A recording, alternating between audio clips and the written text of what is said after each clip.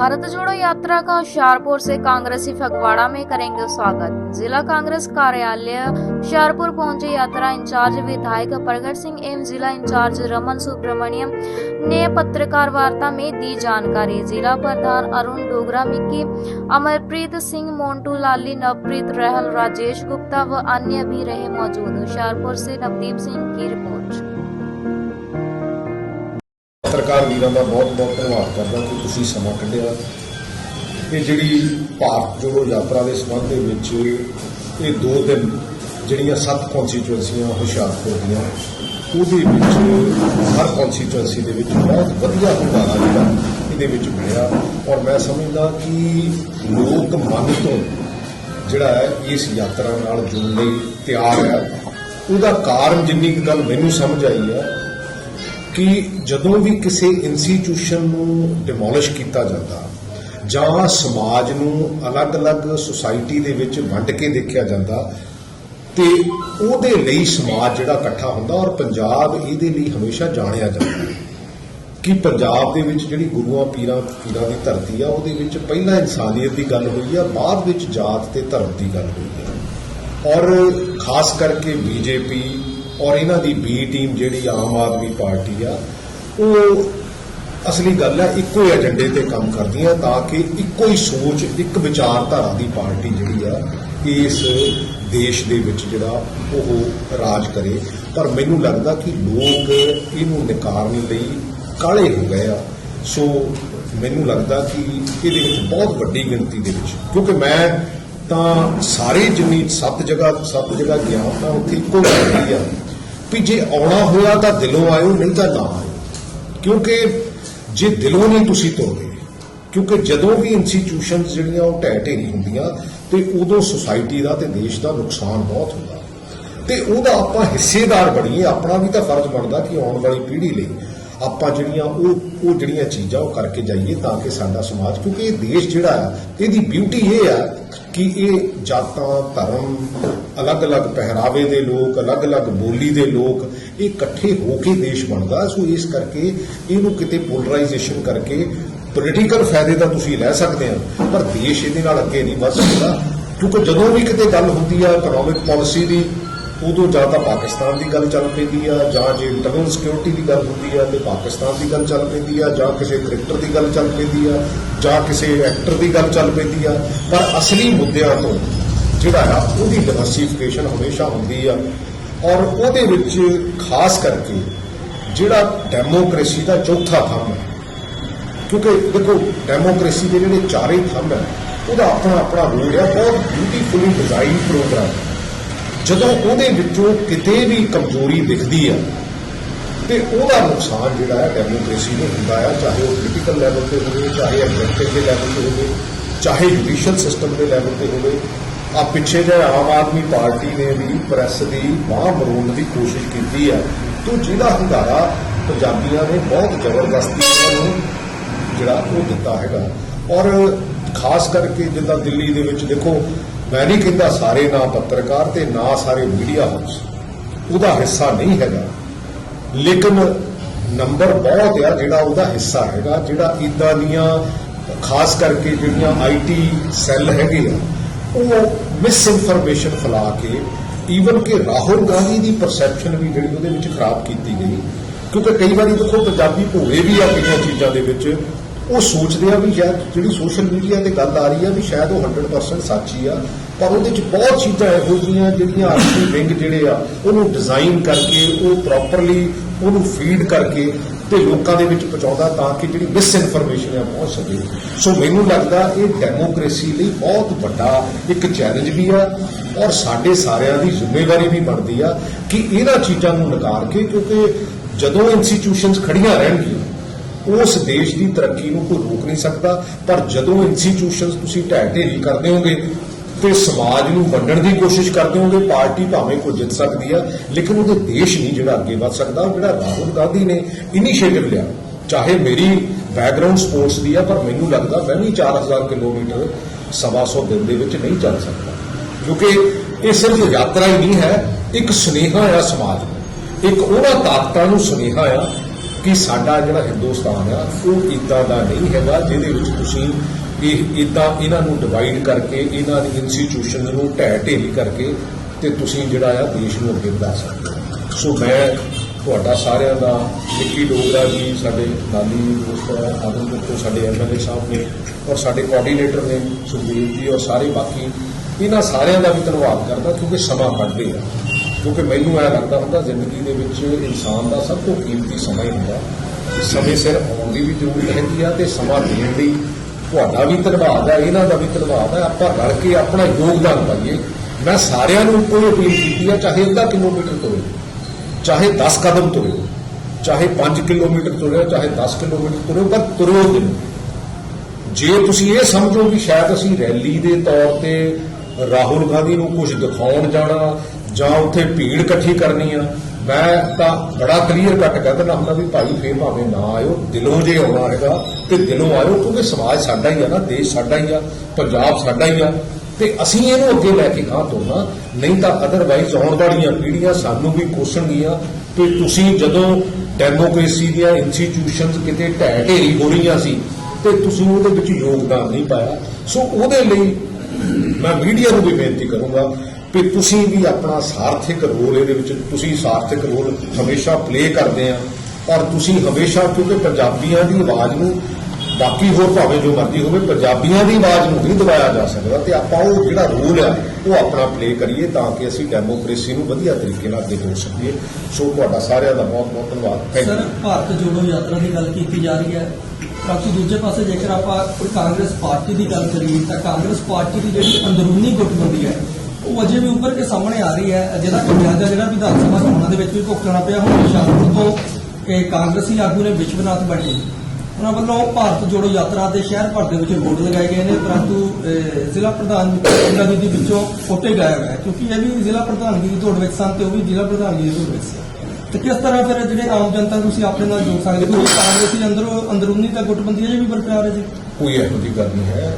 ਦੇਖੋ, ਜਿਹੜੀ ਡਿਸਕਸ਼ਨ ਹੈ ਉਹ ਜਿੰਦਾ ਡੈਮੋਕ੍ਰੇਸੀ ਦੀ ਮਿਸਾਲ ਹੈ। ਜਦੋਂ ਆਪਸ ਵਿੱਚ ਡਿਸਕਸ਼ਨ ਨਹੀਂ ਨਾ ਹੁੰਦੀ, ਮੈਂ ਹਮੇਸ਼ਾ ਇੱਕ ਗੱਲ ਦਾ ਧਾਰਨੀ ਆ, ਮੈਂ ਖਿਡਾਰੀ ਹੋਣ ਕਰਕੇ ਅਸੀਂ ਕਈ ਵਾਰੀ ਟੀਮ ਦੇ ਵਿੱਚ ਕਮਰੇ 'ਚ ਬਹਿ ਕੇ ਇੱਕ ਦੂਸਰੇ ਨਾਲ ਗਾਲੋ ਗਾਲੀ ਵੀ ਹੋ ਲੈਂਦੇ ਸੀ ਕਿ ਇੱਥੋਂ ਦੀ ਬਾਹਰ ਲੰਘਿਆ ਤੇ ਲੰਘਿਆ। ਜਿੱਥੇ ਡੈਮੋਕ੍ਰੇਸੀ ਜਿੰਦਾ ਹੁੰਦੀ ਆ ਉੱਥੇ ਡਿਫਰੈਂਸ ਆਫ ਓਪੀਨੀਅਨ ਦਾ ਹੋਣਾ ਲਾਜ਼ਮੀ ਹੈ ਔਰ ਮੈਨੂੰ ਲੱਗਦਾ ਕਿ ਅਸੀਂ ਹੌਲੀ ਹੌਲੀ ਇਹਨੂੰ ਬਿਲਕੁਲ ਠੀਕ ਕਰ ਲਵਾਂਗੇ। ਕੋਈ ਨਹੀਂ, ਉਹ ਵੀ ਸਾਡੇ ਭਰਾ ਹੈਗੇ ਆ, ਜਿੱਥੇ ਕਿਤੇ ਗਲਤੀ ਵੀ ਹੁੰਦੀ ਆ ਔਰ ਡਿਫਰੈਂਸ ਆਫ ਓਪੀਨੀਅਨ ਹੋਣੀ ਚਾਹੀਦੀ ਆ ਸੋਸਾਇਟੀ ਦੇ ਵਿੱਚ। ਕਿਉਂਕਿ ਜਦੋਂ ਤੁਸੀਂ ਵੀ ਕਿਤੇ ਕਿਸੇ ਵੀ ਪਲੇਟਫਾਰਮ ਤੇ ਡਿਸਕਸ਼ਨ ਕਰਦੇ ਆ ਤੇ ਹਰ ਬੰਦਾ ਆਪਣੇ ਮਾਈਂਡ ਨਾਲ, ਆਪਣੇ ਤਜਰਬੇ ਨਾਲ, ਆਪਣੇ ਸੋਚ ਦੇ ਮੁਤਾਬਕ ਉੱਥੇ ਆਪਣੀ ਗੱਲ ਰੱਖਦਾ, ਪਰ ਐਂਡ ਆਫ ਦਾ ਡੇ ਅਸੀਂ ਉਹ ਗੱਲ ਕਰਨੀ ਹੁੰਦੀ ਆ ਜਿਹੜੀ ਸੋਸਾਇਟੀ ਦੇ ਭਲੇ। ਰਾਹੁਲ ਗਾਂਧੀ ਜੀ ਵੱਲੋਂ ਚਿੱਠੀ ਲਿਖੀ ਗਈ ਹੈ ਪੰਜਾਬ ਸਰਕਾਰ ਨੂੰ ਕਿ ਯਾਤਰਾ ਮੇਰੀ ਪਹੁੰਚ ਰਹੀ ਹੈ ਭਾਰਤ ਜੋੜੋ ਯਾਤਰਾ। ਸੁਰੱਖਿਆ ਨੂੰ ਲੈ ਕੇ ਕਿਤੇ ਨਾ ਕਿਤੇ ਉਹਨਾਂ ਦੇ ਦਿਲ ਵਿੱਚ ਡਰ ਦਾ ਮਾਹੌਲ ਹੈ, ਸਹਿਮ ਦਾ ਮਾਹੌਲ ਹੈ, ਵੱਧ ਸੁਰੱਖਿਆ ਦੀ ਮੰਗ। ਨਹੀਂ, ਦੇਖੋ, ਸਾਡੇ KC ਵੇਣੂਗੋਪਾਲ ਜੀ ਨੇ ਇਹ ਚਿੱਠੀ ਲਿਖੀ ਹੈਗੀ ਆ ਔਰ ਹੋਮ ਮਿਨਿਸਟਰ ਨੂੰ ਵੀ ਲਿਖੀ ਆ ਕਿਉਂਕਿ ਪਿਛਲੇ ਸਮੇਂ ਦੇ ਵਿੱਚ ਜਿਹੜੀਆਂ ਵਾਰਦਾਤਾਂ ਹੋ ਰਹੀਆਂ ਜਾਂ ਜੋ law and order the problem ਹੈਗੀ ਆ, ਸੋ ਮੈਨੂੰ ਲੱਗਦਾ ਕਿ ਇਹ ਡੈਮੋਕ੍ਰੇਸੀ ਦੀ ਬਿਊਟੀ ਆ ਕਿ ਮੈਨੂੰ ਨਹੀਂ ਲੱਗਦਾ ਜ਼ਿੰਦਗੀ ਵਿੱਚ ਕਿ ਕੋਈ ਬੰਦਾ ਗਲਤੀ ਨਹੀਂ ਕਰਦਾ ਲੇਕਿਨ ਉਹਨੂੰ ਕਰੈਕਸ਼ਨ ਕਰਨ ਲਈ ਲੋਕਾਂ ਦੀ ਜਿਹੜੀ ਆਵਾਜ਼ ਆ ਉਹ ਸੁਣਨੀ ਚਾਹੀਦੀ ਆ ਔਰ ਇਹ ਉਸ ਕਰੈਕਸ਼ਨ ਲਈ ਹੀ ਰਾਹੁਲ ਗਾਂਧੀ ਜਿਹੜੀ ਉਹ ਅੱਗੇ ਵਧਿਆ। ਸਰ, CISF ਜਿਹੜੀ ਸਿਕਿਉਰਿਟੀ ਦੇਖ ਰਹੀ ਆ ਉਹਦੇ ਵੱਲੋਂ ਰੀਸੈਂਟ ਬਿਆਨ ਆਇਆ ਕਿ ਜਿਸ ਬੰਦੇ ਨੂੰ ਪ੍ਰੋਟੈਕਟ ਕਰ ਰਹੇ ਆ ਆਪਾਂ ਉਹਨਾਂ ਵੱਲੋਂ ਹੀ ਜਿਹੜੀ ਗਾਈਡਲਾਈਨਸ ਦਾ ਜਿਹੜਾ ਉਲੰਘਣ ਕੀਤਾ ਜਾਂਦਾ ਹੈ ਤਾਂ ਫਿਰ ਉਸ ਵਕਤ ਅਸੀਂ ਸੁਰੱਖਿਆ ਜਿਹੜੀ ਉਹ ਕਿਸ ਤਰੀਕੇ ਨਾਲ ਕਰ ਸਕਦੇ ਹਾਂ ਤਾਂ ਰਾਹੁਲ ਗਾਂਧੀ ਇਸ ਦੇ ਵਿੱਚ ਕਿਸ ਤਰੀਕੇ ਨਾਲ? ਨਹੀਂ, ਕੋਈ ਇਹੋ ਜਿਹੀ ਗੱਲ ਨਹੀਂ ਹੈ। ਉਹ ਬਿਲਕੁਲ ਜੋ ਉਹਨਾਂ ਦੀਆਂ ਗਾਈਡਲਾਈਨਸ ਆ ਉਹਦੇ ਮੁਤਾਬਕ ਹੀ ਕੰਮ ਕਰਦੇ ਆ ਲੇਕਿਨ ਅਸੀਂ ਸਾਰੇ ਇਹ ਚਾਹਾਂਗੇ ਵੀ ਆਪਾਂ ਸਾਰੇ ਹੀ ਉਹਦਾ ਹਿੱਸਾ ਬਣੀਏ। ਤੁਸੀਂ ਵੀ, ਮੈਂ ਤੁਹਾਨੂੰ ਵੀ ਇਨਵਾਈਟ ਕਰੂੰਗਾ ਕਿ ਤੁਸੀਂ ਵੀ ਦੇਖੋ, ਜ਼ਿੰਦਗੀ ਦੇ ਵਿੱਚ ਮੈਂ ਨਹੀਂ ਕਹਿੰਦਾ ਖਬਰਾਂ ਬਣਾਉਣ ਲਈ ਹੋਰ ਗੱਲਾਂ ਬਹੁਤ ਹੁੰਦੀਆਂ, ਪਰ ਜਦੋਂ ਦੇਸ਼ ਦੀ ਗੱਲ ਆਉਂਦੀ ਆ, ਜਦੋਂ ਇੰਸਟੀਟਿਊਸ਼ਨਸ ਦੀ ਗੱਲ ਆਉਂਦੀ ਆ ਤੇ ਆਪਾਂ ਸਾਰੇ ਹੀ, ਕਿਉਂਕਿ ਚਾਹੇ ਕੋਈ ਪੋਲੀਟੀਸ਼ੀਅਨ ਹੋਵੇ, ਚਾਹੇ ਕੋਈ ਪੱਤਰਕਾਰ ਹੋਵੇ, ਆਪਣੇ ਬੱਚਿਆਂ ਨੇ ਵੀ ਕੱਲ੍ਹ ਨੂੰ ਇੱਥੇ ਰਹਿਣਾ, ਆਪਾਂ ਵੀ ਇਸ ਸੁਸਾਇਟੀ ਦੇ ਵਿੱਚ ਰਹਿਣਾ। ਆਪਾਂ ਹੋ ਸਕਦਾ ਕੱਲ੍ਹ ਨੂੰ ਕਿਸੇ ਅਹੁਦੇ ਤੇ ਨਾ ਹੋਈਏ, ਆਪਾਂ ਹੋ ਸਕਦਾ ਕਿਸੇ ਅਖਬਾਰ ਦੇ ਪੱਤਰਕਾਰ ਨਾ ਹੋਈਏ, ਕਿਸੇ ਚੈਨਲ ਦੇ ਪੱਤਰਕਾਰ ਨਾ ਹੋਈਏ, ਪਰ ਅਸੀਂ, ਸਾਡੇ ਬੱਚਿਆਂ ਨੇ, ਸਾਡੀ ਸੁਸਾਇਟੀ ਨੇ ਤਾਂ ਇੱਥੇ ਰਹਿਣਾ। ਸੋ ਆਪਾਂ ਸੁਸਾਇਟੀ ਨੂੰ ਪ੍ਰਕਿਉਰ ਕਰਨ ਲਈ, ਸੁਸਾਇਟੀ ਨੂੰ ਚੰਗੇ ਪਾਸੇ ਨੂੰ ਸੋਚ ਲਿਜਾਣ ਲਈ ਆਪਾਂ ਇਹਦਾ ਹਿੱਸਾ ਬਣੀਏ। ਸਰ ਅੰਮ੍ਰਿਤਪਾਲ ਸਿੰਘ ਦੀ ਕਾਰਗੁਜ਼ਾਰੀ ਨੂੰ ਕਿਸ ਤਰ੍ਹਾਂ ਵੇਖਦੇ ਹੋ? ਜਿਸ ਤਰ੍ਹਾਂ ਉਹਨਾਂ ਵੱਲੋਂ ਬਿਆਨਬਾਜ਼ੀ ਕੀਤੀ ਜਾ ਰਹੀ ਹੈ ਲਗਾਤਾਰ, ਪਿਛਲੇ ਦਿਨੀ ਗੁਰਦੁਆਰਾ ਸਾਹਿਬਾਨਾਂ 'ਚ ਜਾ ਕੇ ਉਹਨਾਂ ਵੱਲੋਂ ਜਿਹੜੇ ਸੂਫੀਆਂ ਕੁਰਸੀਆਂ ਦੀ ਉਹਨਾਂ ਦੇ ਸਮਰਥਕਾਂ ਮੈਨੂੰ ਲੱਗਦਾ ਕਿ ਯਾਤਰਾ ਦੇ ਨਾਲ ਇਹਨੂੰ ਜੋੜ ਕੇ ਨਾ ਦੇਖਿਆ ਜਾਵੇ। ਦੇਖੋ ਜੇ ਤਾਂ ਨਹੀਂ, ਯਾਤਰਾ ਨਾਲ ਨਹੀਂ ਸਰ, ਵੈਸੇ ਕਾਂਗਰਸ ਦਾ ਕੀ ਕਹਿਣਾ ਇਸ ਬਾਬਤ? ਦੇਖੋ ਜੇ ਤਾਂ ਕੋਈ ਚੰਗੀ ਗੱਲ ਕਰਦੇ ਆ, ਮੈਨੂੰ ਲੱਗਦਾ ਜੇ ਕਿਤੇ ਨੌਜਵਾਨ ਪੀੜ੍ਹੀ ਨੂੰ ਉਹ ਅੰਮ੍ਰਿਤ ਛਕਾਉਣ ਦੀ ਗੱਲ ਕਰਦੇ ਆ, ਜੇ ਕਿਤੇ ਡਰੱਗਸ ਤੋਂ ਪਰਾਂ ਲਿਜਾਣ ਦੀ ਗੱਲ ਕਰਦੇ ਆ, ਮੈਨੂੰ ਲੱਗਦਾ ਇਹਦੇ ਵਿੱਚ ਕੋਈ ਮਾੜੀ ਗੱਲ ਨਹੀਂ ਹੈ। ਸਰ ਵਿੱਚ ਇਹ ਵੀ ਆਇਆ ਸੀ ਕਿ ਉਹ ਅੰਮ੍ਰਿਤਪਾਲ ਕਹਿ ਰਹੇ ਸੀਗੇ ਕਿ ਜਿਹੜਾ ਸੰਵਿਧਾਨ ਸਾਨੂੰ ਹਿੰਦੂ ਉਹ ਹੈ ਉਹ ਸਿੱਖ ਹੈ ਜਿਹਨੇ ਸਿਰਫ ਕੇਸ ਰੱਖੇ ਹੋਏ ਆ ਪਰ ਹੈ ਹਿੰਦੂ ਹੀ, ਤਾਂ ਉਹ ਸਾਨੂੰ ਰਿਕੋਗਨਾਈਜ਼ ਨਹੀਂ ਕਰਦਾ, ਤਾਂ ਅਸੀਂ ਉਸ ਸੰਵਿਧਾਨ ਨੂੰ ਕਿਸ ਤਰੀਕੇ ਨਾਲ ਰਿਕੋਗਨਾਈਜ਼ ਕਰੀਏ? ਦੇਖੋ ਇਹ ਸਾਰੀਆਂ ਕਹਿਣ ਦੀਆਂ ਗੱਲਾਂ ਹੁੰਦੀਆਂ। ਮੈਨੂੰ ਲੱਗਦਾ ਜਿਹੜੀ ਸਮਾਜ ਲਈ, ਜਿਹੜੀ ਹਿੰਦੁਸਤਾਨ ਲਈ, ਜਿਹੜੀ ਪੰਜਾਬ ਲਈ, ਜਿਹੜੀ ਸਿੱਖੀ ਲਈ, ਜਿਹੜੀ ਕਿਸੇ ਵੀ ਧਰਮ ਲਈ ਚੰਗੀ ਚੀਜ਼ ਆ, ਮੈਨੂੰ ਲੱਗਦਾ ਉਹਨੂੰ ਕਹਿਣ ਦੇ ਵਿੱਚ ਕੋਈ ਗੁਰੇਜ਼ ਨਹੀਂ ਕਰਨਾ ਚਾਹੀਦਾ। ਹਾਂ, ਜਿਹੜੀ ਮਾਡਲ ਟਾਊਨ ਜਲੰਧਰ ਦੇ ਵਿੱਚ ਕੁਰਸੀਆਂ ਸਾੜਨ ਦੀ ਗੱਲ ਹੈਗੀ ਆ, ਕਿਉਂਕਿ ਉਹ ਕੁਰਸੀਆਂ ਉਹ ਲਗਭਗ ਮੈਂ ਵੀ ਉੱਥੇ ਮਾਡਲ ਟਾਊਨ ਮੇਰੀ ਕੰਸਟੀਟੂਐਂਸੀ ਦੇ ਵਿੱਚ ਹੀ ਪੈਂਦਾ 3 ਫੁੱਟ ਗੁਰੂ ਗ੍ਰੰਥ ਸਾਹਿਬ ਜਿੱਥੇ ਪ੍ਰਕਾਸ਼ਿਤ ਨੇ ਉਹਦੇ ਤੋਂ ਥੱਲੇ ਹੈਗੀਆਂ। ਕਈ ਬਜ਼ੁਰਗ ਜਿਹੜੇ ਆ ਉਹ ਮੰਨ ਲਓ ਉਹਨਾਂ ਦੇ ਗੋਡੇ ਕਿਸੇ ਦੇ ਆ, ਕਈ ਵਾਰੀ ਉਹ ਬਹਿ ਨਹੀਂ ਸਕਦੇ ਥੱਲੇ, ਕਈ ਵਾਰੀ ਪ੍ਰੈਗਨੈਂਟ ਲੇਡੀਜ਼ ਗੁਰਦੁਆਰਾ ਸਾਹਿਬ ਆਉਂਦੀਆਂ। ਸੋ ਮੈਨੂੰ ਲੱਗਦਾ ਉਹ ਗੱਲ ਠੀਕ ਨਹੀਂ ਹੈਗੀ। ਬਾਕੀ ਜਿਹੜਾ ਸਮਾਜ ਦੇ ਵਿੱਚ ਕੋਈ ਚੰਗੇ ਭਲੇ ਦੀ ਗੱਲ ਕਰਦਾ, ਮੈਨੂੰ ਨਹੀਂ ਲੱਗਦਾ ਕਿ ਸਾਨੂੰ ਉਹਦੇ 'ਚ ਕੋਈ ਕਿੰਤੂ ਪਰੰਤੂ ਕਰਨਾ ਚਾਹੀਦਾ, ਕਿਉਂਕਿ ਇੰਨੀਆਂ NGOs ਕੰਮ ਕਰਦੀਆਂ ਜੀ, ਅੰਮ੍ਰਿਤਪਾਲ ਜੀ ਵੀ ਚੰਗਾ ਕੰਮ ਕਰਦੇ ਆ, ਤਾਂ ਮੈਨੂੰ ਕੋਈ ਇਹਦੇ ਵਿੱਚ ਕੋਈ ਸਮੱਸਿਆ ਵਾਲੀ ਗੱਲ ਨਹੀਂ ਲੱਗਦੀ। ਹਾਂ, ਉਹ ਜਦੋਂ ਦੇਸ਼ ਦੀ ਗੱਲ ਆਉਂਦੀ ਆ, ਜਦੋਂ ਸਮਾਜ ਦੀ ਗੱਲ ਆਉਂਦੀ ਆ, ਜਦੋਂ ਚੰਗੀ ਚੀਜ਼ ਕਰਦੇ ਆ, ਮੈਨੂੰ ਲੱਗਦਾ ਸਾਨੂੰ ਕਿੰਤੂ ਪਰੰਤੂ ਨਹੀਂ ਕਰਨਾ ਚਾਹੀਦਾ। ਕੋਈ ਬੰਦਾ ਚੰਗਾ ਕੰਮ ਕਰੇ ਤਾਂ ਕਰੇ। ਸਰ ਇੱਕ ਸਵਾਲ ਜਿਹੜਾ ਤੁਸੀਂ ਕਹਿ ਰਹੇ ਵੀ ਭਾਰਤ ਜੋੜੋ ਯਾਤਰਾ ਦੇਸ਼ ਨੂੰ ਜੋੜ ਰਹੀ ਹੈ, ਤੇ ਇਹਨਾਂ ਨੇ ਸਵਾਲ ਪੁੱਟ ਕੀਤਾ ਹੈ ਵੀ ਤੁਹਾਡੀ ਪਾਰਟੀ ਵਿੱਚ ਕੁਝ ਅੰਦਰੂਨੀ ਕਲਾਕ੍ਰਿਸ਼ ਵੀ ਹੈਗਾ, ਤੇ ਸਰ ਵਿਸ਼ਵਨਾਥ ਬੰਟੀ ਜੀ ਨੇ ਇਸ ਪ੍ਰੈਸ ਕਾਨਫਰੰਸ ਬੁਲਾਏ ਨੇ? ਮੈਂ ਕੱਲ ਮੇਰੇ ਨਾਲ ਸੀਗੇ, ਉਹ ਕਿਸੇ ਕੰਮ ਕਰਕੇ ਬਿਜ਼ੀ ਹੋ ਗਿਆ, ਕੋਈ ਇਹੋ ਜਿਹੀ ਗੱਲ ਨਹੀਂ ਹੈ।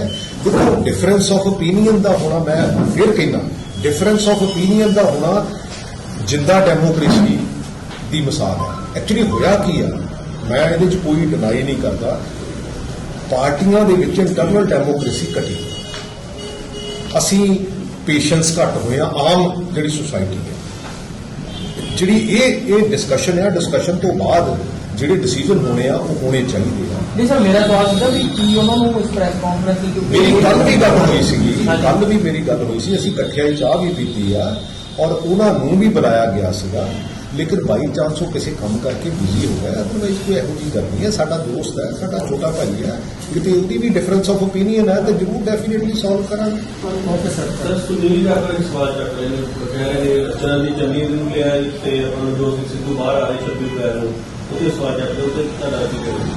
ਦੇਖੋ ਦੋਸਤ, ਮੈਂ ਰਿਐਲਿਟੀ 'ਚ ਇਹ ਆ ਕਿ ਜਿਹੜੀ ਪਰਸਨੈਲਿਟੀ ਬੇਸਡ ਪੋਲਿਟਿਕਸ ਆ, ਮੈਂ ਉਹਦੇ ਖਿਲਾਫ। ਪਿਛਲੇ 9 ਮਹੀਨਿਆਂ 'ਚ ਪੰਜਾਬ ਨੂੰ ਔਰ ਪੱਤਰਕਾਰਾਂ ਨੇ ਪੰਜਾਬ ਬਾਰੇ ਕੋਈ ਗੱਲ ਸੁਣੀ ਹੈ? ਸਿਰਫ ਲੋਕੀ ਇਹ ਕਹਿੰਦੇ ਆ ਕਿ ਨਵਜੋਤ ਸਿੰਘ ਸਿੱਧੂ ਆਹ ਕਰਨ ਲੱਗਿਆ, ਜਾਖੜ ਜੀ ਆਹ ਕਰਨ ਲੱਗੇ ਆ, ਭਗਵੰਤ ਮਾਨ ਜੀ ਕਹਿੰਦੇ ਆ ਵੀ ਰਾਜਾ ਵੜਿੰਗ ਆਹ ਕਰਦਾ, ਰਾਜਾ ਵੜਿੰਗ ਕਹਿੰਦਾ ਭਗਵੰਤ ਮਾਨ ਆਹ ਕਰਦਾ। ਪਰ ਯਾਰ ਪੰਜਾਬ ਦੀ ਗੱਲ ਵੀ ਆਪਾਂ ਕਰਨੀ ਹੈ, ਆਪਾਂ ਕਿਉਂ ਪਰਸਨੈਲਿਟੀ ਬੇਸ? ਉਹਦੇ 'ਚੋਂ ਕੁਝ ਨਹੀਂ ਨਿਕਲਣਾ। ਉਹ ਪਰਸਨੈਲਿਟੀ ਪਰਾਂ ਹੋ ਗਈ ਤੇ ਉਹ ਖਬਰ ਪਰਾਂ ਹੋ ਗਈ। ਲੇਕਿਨ ਪੰਜਾਬ ਦੀ ਦੇਖੋ, ਆਮ ਆਦਮੀ ਪਾਰਟੀ ਜੇ ਮੈਂ ਗੱਲ ਕਰ ਲਵਾਂ, ਇਹ 9 ਮਹੀਨੇ ਪਹਿਲਾਂ ਆਏ ਆ। ਮੈਂ ਬਹੁਤ ਘੱਟ ਬੋਲਿਆ, ਉਹ ਇਸ ਕਰਕੇ ਬਹੁਤ ਘੱਟ ਬੋਲਿਆ ਵੀ ਠੀਕ ਹੈ, ਸਮਾਂ ਮਿਲਣਾ ਚਾਹੀਦਾ। ਅੱਜ ਰੇਤਾ ਦੇ ਭਾਅ ਕਿੱਥੇ ਆ? 28 ਰੁਪਏ ਨੂੰ ਫੁੱਟ ਫਿਕਸ ਕੀਤਾ, ਉਹਦੇ ਤੋਂ ਬਾਅਦ ਟਰਾਂਸਪੋਰਟੇਸ਼ਨ 30,000 ਕਰੋੜ ਰੁਪਈਆ, ਜਿਹੜੇ ਕਹਿੰਦੇ ਸੀ ਕਿ ਅਸੀਂ ਨੈਗੇਟਿਵ ਡੈਟ ਨੂੰ ਪੋਜ਼ਿਟਿਵ ਡੈਟ ਦੇ ਵਿੱਚ ਕਨਵਰਟ ਕਰਾਂਗੇ, 30,000 ਕਰੋੜ ਰੁਪਈਆ ਪਹਿਲੇ 9 ਮਹੀਨਿਆਂ 'ਚ ਲੈ ਲਿਆ, ਪਹਿਲੀਆਂ 3 ਤਿਮਾਹੀਆਂ 'ਚ ਲੈ ਲਿਆ। ਅੱਛਾ, ਜਿਹੜੇ ਕਹਿੰਦੇ ਸੀ ਵੀ ਸਾਡੇ ਕੋਲ 54,000 ਕਰੋੜ ਰੁਪਏ, ਇਹਨਾਂ ਦੇ ਸੁਪਰੀਮੋ ਵੀ 54,000 ਕਰੋੜ ਰੁਪਇਆ ਤੋਂ ਹਮ ਅਰੇਂਜ ਕਰਕੇ ਆਏ ਆ, ਉਹ ਕਿੱਥੇ ਗਿਆ 54,000 ਕਰੋੜ ਰੁਪਇਆ?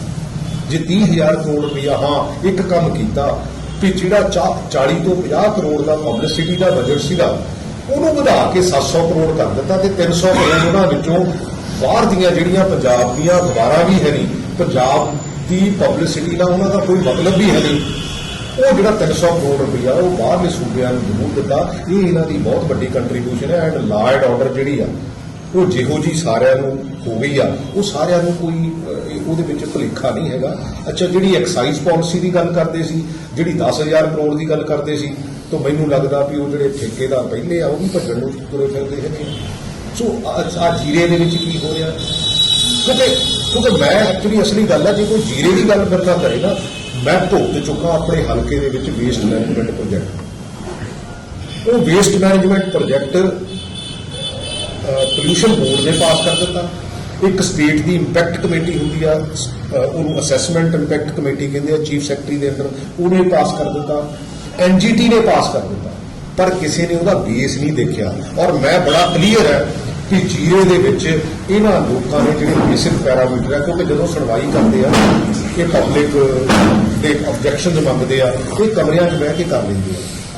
ਕਿਉਂਕਿ ਇਹ ਜਿਹੜੀਆਂ ਇੰਸਟੀਟਿਊਸ਼ਨ, ਮੈਂ ਕਿਉਂ ਕਹਿੰਦਾ ਇੰਸਟੀਟਿਊਸ਼ਨ ਡਿਮੋਲਿਸ਼ ਹੋ ਰਹੀਆਂ, ਕਿਉਂਕਿ ਕੋਈ ਜ਼ਿੰਮੇਵਾਰੀ ਲੈਣ ਨੂੰ ਤਿਆਰ ਨਹੀਂ। ਉੱਥੇ ਬੰਦੇ ਜਿਹੜੇ ਆ ਬਿਮਾਰ ਹੋ ਰਹੇ ਆ, ਕਿਸੇ ਦੀ ਕਿਡਨੀ ਖਰਾਬ ਹੋ ਰਹੀ ਆ, ਤੇ ਮੈਂ ਬੜਾ ਕਲੀਅਰ ਹਾਂ, ਆਫੀਸਰ ਵੀ ਮਿਸਗਾਈਡ ਹੁੰਦੇ ਆ, ਕਿਉਂਕਿ ਇਹ ਡਿਪਾਰਟਮੈਂਟ ਆਪਣੀ ਜਗ੍ਹਾ ਕੰਮ ਨਹੀਂ ਕਰਦੇ।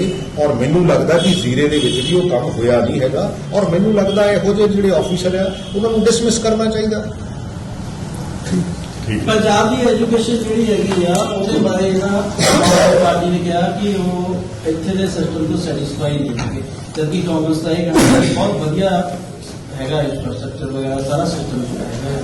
ਉਹਦੇ ਬਾਰੇ ਕੀ ਦੇਖੋ, ਉਹ ਕਹਿੰਦੇ ਕਿ ਅਸੀਂ ਉਹ ਜਿਹੜਾ ਦਿੱਲੀ ਵਾਲਾ ਪਹਿਲੀ ਗੱਲ ਜ਼ਿਆਦਾ ਬਿਹਤਰ ਇੱਥੇ ਲਿਆਓ। ਜਿਹੜਾ ਦਿੱਲੀ ਵਾਲਾ ਮਾਡਲ ਹੈ ਨਾ, ਐਕਚੁਅਲੀ ਦੇਖੋ ਆਪਾਂ ਦਿੱਲੀ ਵਾਲੇ ਮਾਡਲ ਦੀ ਨਾ ਗੱਲ ਕਰੀਏ, ਨਹੀਂ ਉਹ ਕਹਿੰਦੇ ਆ ਵੀ ਇੱਥੇ ਅਸੀਂ ਉਹ ਮੈਂ ਤੁਹਾਨੂੰ ਵੀ ਕਹਿਣ ਰਿਹਾ ਵੀ ਆਪਾਂ ਦਿੱਲੀ ਵਾਲੇ ਮਾਡਲ ਦੀ ਨਾ ਗੱਲ ਕਰੀਏ। 10-12 ਸਕੂਲਾਂ ਨੂੰ ਬਿੰਦੀ ਟਿੱਪੀ ਲਾ ਕੇ ਤਾਂ ਉਹਨੂੰ ਇੱਕ ਸਿਸਟਮ ਕ੍ਰੀਏਟ ਕਰ ਲੈਣਾ। ਨੂੰ ਪੰਜਾਬ ਪਿਛਲੇ 3 ਸਾਲ ਜਿਹੜਾ ਟੈਕਸ ਹੈਗਾ ਉਹਦੇ ਵਿੱਚ ਪਹਿਲਾਂ ਆਉਂਦਾ ਰਿਹਾ, ਇਹ ਤਾਂ ਉਮੂੜ ਕਰਨ ਨੂੰ ਵੀ ਤਿਆਰ ਹੋ। ਦੇਖੋ ਪੰਜਾਬ ਦੇ ਵਿੱਚ 19,726 ਸਕੂਲ ਹੈ, ਇਹਨਾਂ ਕੋਲ 1,052 ਸਕੂਲ ਹੈ। ਇਹ ਮੈਟਰੋਪੋਲੀਟਨ ਸਿਟੀ, ਆਪਾਂ ਤੇ ਇਹਨਾਂ ਕੰਪੈਰੀਜ਼ਨ ਨਹੀਂ ਕਰ ਸਕਦੇ। ਮੈਂ ਨਹੀਂ ਕਹਿੰਦਾ ਸਾਨੂੰ ਹੋਰ ਇੰਪਰੂਵਮੈਂਟ ਦੀ ਜ਼ਰੂਰਤ ਹੈਗੀ ਆ, ਪਰ ਜਿਹੜੇ ਪੈਰਾਮੀਟਰਸ ਦੇ ਵਿੱਚ 2016 ਦੇ ਵਿੱਚ ਫਸਟ ਆਏ ਸੀ ਨਾ, ਪੰਜਾਬ ਜਦੋਂ 2019 ਇਹਨਾਂ ਦੇ ਸਾਰੇ MLA MP ਜਿਹੜੇ ਰੌਲਾ ਪਾਉਣ ਲੱਗ ਪਏ, ਜਦੋਂ ਪੰਜਾਬ ਉਹਦੇ ਵਿੱਚ ਫਸਟ ਆ ਗਿਆ, ਫਿਰ ਇਹ ਕਹਿਣ ਲੱਗ ਪਏ ਵੀ ਇਹਦੇ ਤਾਂ ਸਿਰਫ ਰੰਗ ਰੋਗ ਨਹੀਂ ਹੋਇਆ। ਯਾਰ ਪੰਜਾਬ ਨੂੰ ਓਨ ਤਾਂ ਕਰ ਲਓ, ਉਹ ਪੰਜਾਬੀ ਨੂੰ ਓਨ ਤਾਂ ਕਰ ਲਓ ਯਾਰ, ਇੰਨੀ ਕਿਹੜੀ ਗੱਲ ਹੈਗੀ ਆ। ਤੁਹਾਡੇ ਠੀਕ ਆ ਜਿਹੜੇ ਆਇਆ ਦਿੱਲੀੋਂ ਆਉਂਦੇ ਆ, ਉਹਨਾਂ ਨੇ ਇੱਕ ਗੱਲ ਕਹਿ ਦਿੱਤੀ ਕਿ ਪੰਜਾਬ ਦਿੱਲੀ ਵਾਲਾ ਮਾਡਲ, ਪਰ ਇਹਨੂੰ ਓਨ ਤਾਂ ਕਰੋ ਯਾਰ। Thank you so much.